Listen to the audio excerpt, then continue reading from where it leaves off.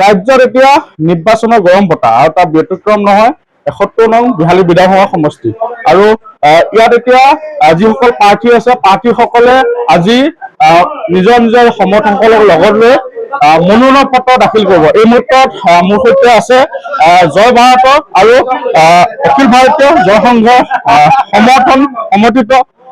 সমৰ্থিত প্ৰাৰ্থী অজয় কুমাৰ সিংহ ডাঙৰীয়া আছে।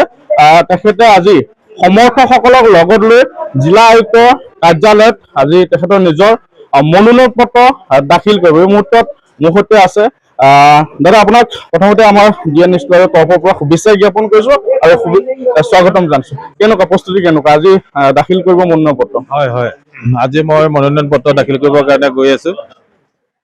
কিছু সময়ৰ পিছতে মই আয়ুক্তৰ কাৰ্যালয়ত উপস্থিত হৈ মই মনোনয়ন পত্ৰ দাখিল কৰিম। প্ৰস্তুতি ঠিকেই আছে। আজি এটা হেৰি হ'ল মানে কি এইটো বতৰটো অকণমান বেয়া হ'ল, নহ'লেতো বহুত মানুহৰ সমাগম হোৱা এটা আছিলে। ৰাইজৰ সহযোগিতা ঠিকে আছে, ৰাইজৰ সহযোগিতা ভাল, সকলোৱে আদৰণি জনাইছে। মনোনয়ন পত্ৰটো আমি নিৰ্দলীয় হিচাপে দাখিল কৰিম, কিন্তু লগত মোৰ জয় ভাৰতৰ সমৰ্থনটো আছে। জয় ভাৰতৰ অখিল ভাৰতীয় কি ক'ব আজি দক্ষিণাঞ্চলী নামঘৰত সেৱা লৈ আজি আপুনি মনোনয়ন পত্ৰ দাখিল কৰিব ওলাইছে। বিহালীবাসী ৰাইজক কি আহ্বান জনাব? সকলো বিহালীবাসী ৰাইজক মই এটাই অনুৰোধ জনাইছো, যাতে তেখেতসকলে নিজৰ ভোটটো প্ৰদান কৰোঁতে এজন উপযুক্ত কেণ্ডিডেট চাই ভোটটো দিয়ে যেন।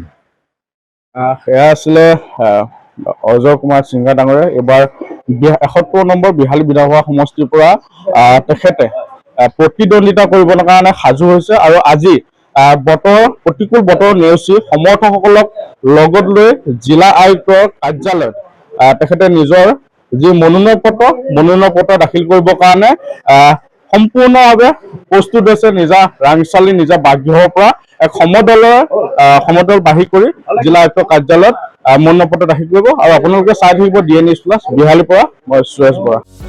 যিকোনো খবৰৰ বাবে যোগাযোগ কৰক আমাৰ এই নম্বৰত 9181 307 221।